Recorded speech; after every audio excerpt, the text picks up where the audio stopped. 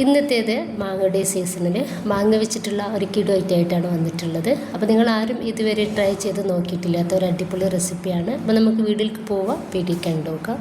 അധികം പുളിയില്ലാത്ത 2 പച്ചമാങ്ങ ഞാനിതിന് എടുത്തിട്ടുണ്ട്. ഈ 2 പച്ചമാങ്ങയും നമുക്ക് ഗ്രേറ്റ് ചെയ്തിട്ടെടുക്കണം. അപ്പോൾ ഞാൻ അതൊന്നും ഇതിൽ കാണിച്ചിട്ടില്ല കേട്ടോ. അപ്പോൾ വീഡിയോ ഒത്തിരി ലെങ്തി ആയി പോകണ്ടെന്ന് വിചാരിച്ചിട്ടാണ്. അപ്പോൾ ഞാൻ 2 മാങ്ങയും ഇതുപോലെ ഒന്ന് ഗ്രേറ്റ് ചെയ്തെടുത്തിട്ടുണ്ട്. ഇനിയിപ്പോൾ നമുക്ക് ഈ ഒരു മാങ്ങയുടെ ആ ഒരു നീരുണ്ടാവുമല്ലോ, വെള്ളം, അത് മൊത്തത്തിലായിട്ട് പിഴിഞ്ഞ് ഒന്ന് മാറ്റണം നമുക്ക്. അപ്പോൾ ഒരു വെള്ളം നമുക്ക് ഇതിലോട്ട് ആവശ്യമില്ല കേട്ടോ. അപ്പോൾ നന്നായിട്ട് തന്നെ കൈ വെച്ചിട്ട് പിഴിഞ്ഞെടുക്കുക.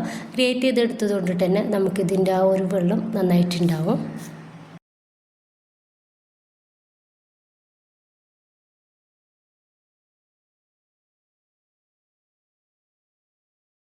അപ്പോൾ അതാ ഞാൻ മുഴുവനായിട്ട് പിഴിഞ്ഞെടുത്തിട്ടുണ്ട്. അപ്പോൾ അത്യാവശ്യം മാങ്ങയുടെ ഒരു വാട്ടർ നമുക്ക് കിട്ടിയിട്ടുണ്ട്. അപ്പോൾ അതൊരു പാത്രത്തിലോട്ടാക്കി നമുക്ക് ഫ്രിഡ്ജിലേക്ക് മാറ്റാം. മീൻ അതുപോലെ തന്നെ നമ്മൾ കറികളിലേക്കൊക്കെ ഇതെടുക്കാവുന്നതാണ്. ഒന്നുകൂടി നമുക്ക് ഇതിൻ്റെ മേലേക്കായിട്ട് ഇതുപോലെ ഒരു അരിപ്പയിലിട്ടിട്ട് ഇതുപോലെ നന്നായിട്ട് വെള്ളം ഒഴിച്ചെടുത്തിട്ട് ഒന്നുകൂടി നമുക്ക് പിഴിഞ്ഞെടുക്കണം. വെള്ളത്തിൽ നമ്മൾ മുക്കി വെക്കണ്ട കേട്ടോ. വെള്ളത്തിലേക്ക് ഇട്ടിട്ട് ഇനി പിഴിഞ്ഞെടുക്കണ്ട. ഇതിൻ്റെ മേലേക്കായിട്ട് വെള്ളം ഒഴിച്ചെടുത്തിട്ട് ഇതുപോലെ ഒന്ന് പിഴിഞ്ഞെടുക്കുക.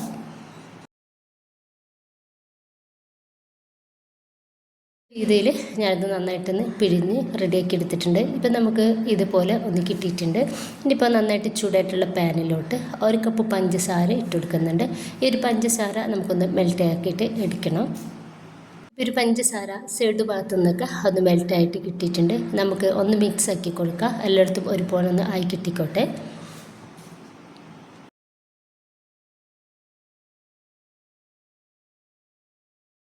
ഇപ്പോൾ ഈ പഞ്ചസാര മുഴുവനായിട്ട് മെൽറ്റായിട്ട് കിട്ടിയിട്ടുണ്ട്.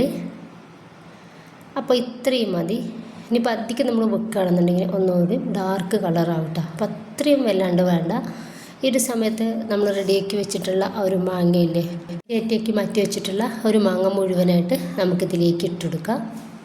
തീരും വെള്ളം ചേർക്കാതെ വേണം നമ്മളിത് റെഡിയാക്കി എടുക്കാൻ വേണ്ടിയിട്ട്. ഇപ്പോൾ നമുക്ക് നന്നായിട്ട് മിക്സാക്കി എടുക്കാം. ഈ ഒരു കാരമൽ നമ്മുടെ ഒരു മാങ്ങ നന്നായിട്ട് ഒന്ന് മിക്സായിട്ട് കിട്ടണം. അതുവരെ നന്നായിട്ട് തന്നെ ഒന്ന് മിക്സാക്കി കൊടുക്കാം.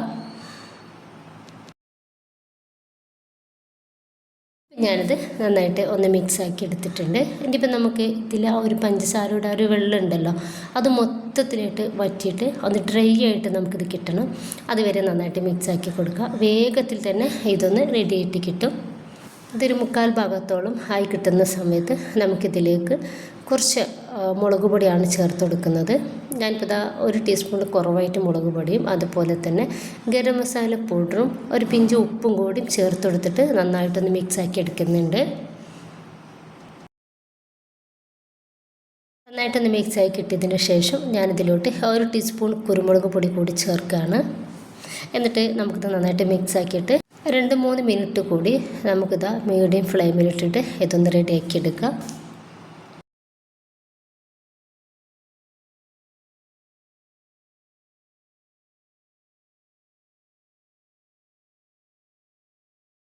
അപ്പോൾ ഇതാ ഇത്രയും മതി. ഈ ഒരു സമയത്ത് ഇത് റെഡി ആയിട്ടുണ്ട്. നന്നായിട്ട് ഡ്രൈ ആയിട്ട് കിട്ടിയിട്ടുണ്ട്. ഇനിയിപ്പോൾ ചെറിയ ചൂടോടെ, നന്നായിട്ട് ചൂട് ആറാൻ വേണ്ടിയിട്ട് കാത്തു നിൽക്കണ്ട. ചെറിയ ചൂടോടെ നമുക്കിത് കയ്യിലേക്ക് കുറച്ച് എണ്ണ വെള്ളം എന്തെങ്കിലും ഒന്ന് ആക്കി കൊടുത്തിട്ട് നമുക്കിത് ചെറിയ ബോൾസുകളാക്കിയിട്ട് ഒന്ന് ഉരുട്ടിയെടുക്കാം.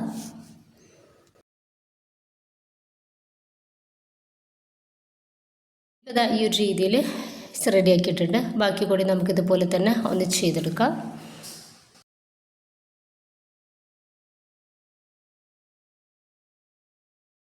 നല്ല ടേസ്റ്റാണ് ഇത് കഴിക്കാൻ വേണ്ടിയിട്ട്. ഡിഫറെൻ്റാണ് കേട്ടോ. അപ്പോൾ നിങ്ങളാരും ഇതുവരെ ട്രൈ ചെയ്ത് നോക്കിയിട്ടില്ലാത്ത നല്ല റെസിപ്പി തന്നെയാണിത്.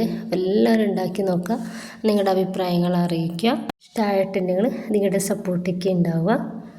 അപ്പോൾ ഒരിക്കലെങ്കിലും ഉണ്ടാക്കി നോക്കേണ്ട ഐറ്റം തന്നെയാണ് കേട്ടോ ഇത്. തീർച്ചയായും ഉണ്ടാക്കി നോക്കാൻ മറക്കരുത്. ഇൻഷാ അല്ലാഹ്. ഓക്കെ.